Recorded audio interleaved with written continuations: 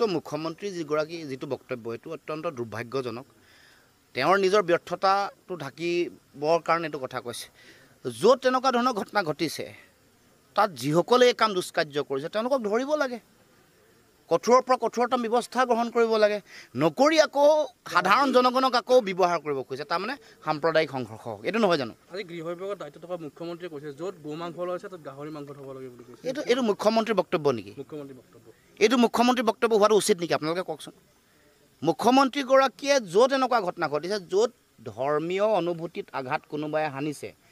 কোনোবা যদি দুষ্কৃতি আছে ধৰিব লাগে নধৰি আকৌ তেওঁ উচতাইছে মানুহক এইটোৱে সাম্প্ৰদায়িক সংঘৰ্ষ সৃষ্টি নকৰিব জানো মানুহৰ মাজত সাম্প্ৰদায়িক গৃহ বিভাগে নিজৰ দায়িত্ব স্বীকাৰ কৰি তেওঁলোকে আচলতে স্বীকাৰ কৰিব লাগিছিলে আমাৰ ব্যৰ্থতা আমি নোৱাৰিলোঁ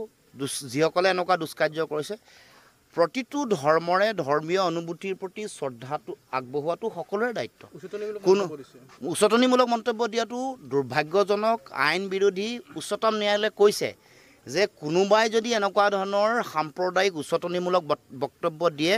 য'ত দিছে সেইখন থানাই চমতো কেছ কৰিব লাগে আৰু যদি নকৰে উচ্চতম ন্যায়ালয়ৰ নৰ্মছ মতে সেইগৰাকী পুলিচ বিষয়াৰ বিৰুদ্ধে শাস্তিমূলক ব্যৱস্থা হয় এইটো আইনে কোৱা কথা উচ্চতম ন্যায়ালয়ে কোৱা কথা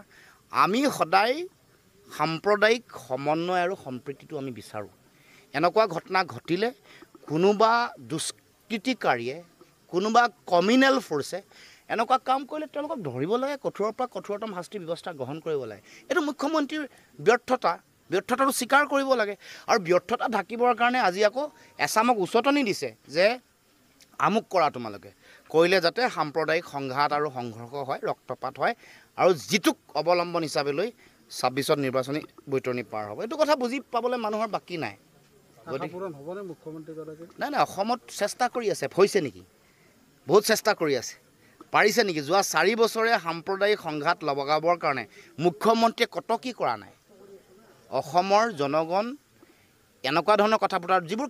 কমিউনেল সাম্প্ৰদায়িক চিন্তাৰে যিবোৰ মানে পৰিপূৰ্ণ যাৰ মগজুটো যিসকল মানে ধৰ্মীয় উন্মাদনাৰে যিসকল মানে একেবাৰে হিতাহিত জ্ঞান হেৰুৱাই পেলাইছে তেওঁলোকে কৰিব পাৰিব তেওঁলোকে কিবা ক'ব পাৰিব তেওঁলোকে টিভিৰ বাইট চাই পিনে তলত